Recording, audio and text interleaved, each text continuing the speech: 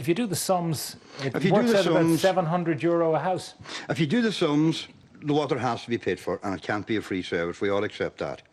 But the big problem is, who is able to pay for this? There are people out there, you know, they make a big deal about €100 a year of a charge that is only €2 a week. There are people out there that €2 a week makes the difference between putting the food on the table or not. All right. OK, Karl Deeter, you're operations director with the Irish Mortgage Brokers. The household charge, does it make sense to you? I suppose I'd see it as being a wrong step in the right direction. I think. How do you mean? We need to start taxing property on a recurring basis. Rather than the stamp duty way. Precisely. And I say that as someone who has paid stamp duty, who has paid development levies, etc. But you can't just have a system that survives on commercial rates, which I'm also in a company that pays. So having it recur every year makes sense, and it should be on the value of what you receive. Now, people say, I don't receive anything. My house has a septic tank and a well, but I've already registered and paid. And I think it's valid because there's hospitals in the areas, there's schools in the area that I live in, there are vital amenities that I'm the beneficiary of. OK, what about Anne, who's living down a lane, has a quarry disturbing her peace, has her own well, her own water, the quarry people repaired the road. What's she getting for her money? I'm almost wondering if we're neighbours, because I live close to a quarry too, and I hear the booms go off and it shakes my house, and the road that I live on isn't particularly nice in terms of the actual laneway.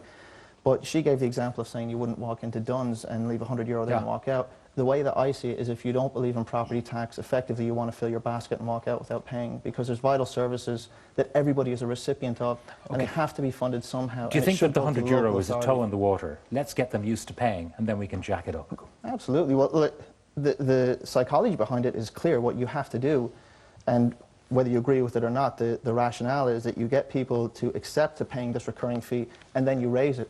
I think that we should be paying less income tax. I don't think that companies should be paying a business tax, which is all the commercial rates are, while a block of apartments next door pays nothing for the same services.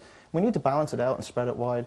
And if people can't afford €2 a week, then you're already in big trouble anyway. Okay. So, I mean, do you think it should go directly to the councils, that what is collected? Absolutely. I think none of this filtering through the central Department of the Environment, for example? When you use a tax and transfer system, people say, well, I've already paid my taxes, therefore everything is paid for. But it's not, because we're €25 billion short this year versus what we need should we keep the existing level of expenditure that we have. Okay. So you have to make it that your taxes are relevant to certain services, and on that basis, water charges are a great idea, as is a household charge.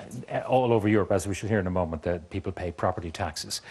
Ciara Meehan is a historian from UCD. Ciara, we haven't had a great history with property taxes in this country, have we? No. Some of the arguments that have already been made here today are ones that have been repeated throughout the past. And it comes back to, I suppose, the deep psychological association, connection that Irish people have with the land.